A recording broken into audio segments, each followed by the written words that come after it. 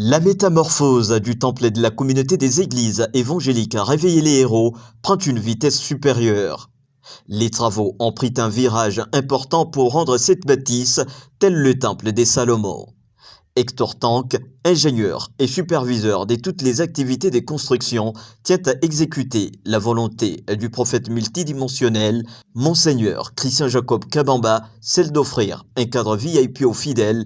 La détermination demeure au zénith, l'aspect extérieur qui subit d'énormes travaux en témoigne. On est presque au point, on est déjà dans les 80% du rendu, on est dans les lignes de finition. D'ici une semaine et demie, vous aurez les temples. Les travaux que nous sommes en train d'effectuer dehors, c'est juste question d'embellir les temples, d'avoir un temple à la hauteur du temple de Salomon. On est en train de donner les arcs, tels que Salomon a placé les arcs sur le temple qu'il avait dédié à Dieu. Comme ce temple est en train d'être rénové pour être dédié à Dieu, c'est ainsi que nous donnons le même blason que Salomon a donné au temple qu'il a dédié à Dieu.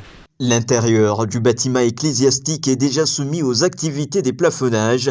Le squelette, bien posé sur un grand espace, ceci révèle une modernité et qui pourrait hypnotiser les Templiers de l'époque médiévale. Quelques étapes, du moins pour la pose du plafond, sont à observer selon le charpentier et plafonneur Bouvic.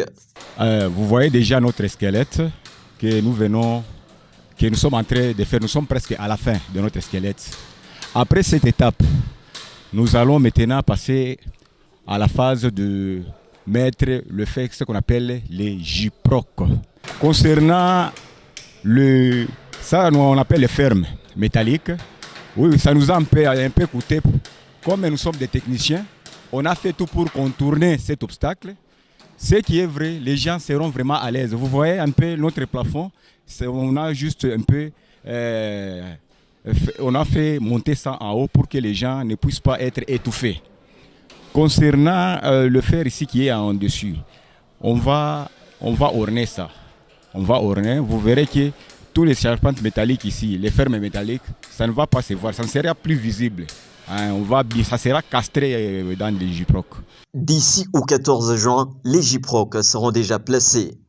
Tous les paramètres en rapport avec la charpente métallique étant étudiés pour une aération en bas comme en haut de la salle, les latrines qui n'attendent que la phase des finissages, sous l'œil redressant de la pasteur Joëlla Kabamba, le temple de la communauté des églises évangéliques Réveiller les héros est un bijou que les Licassiens bénéficieront sur la liste d'œuvres touristiques.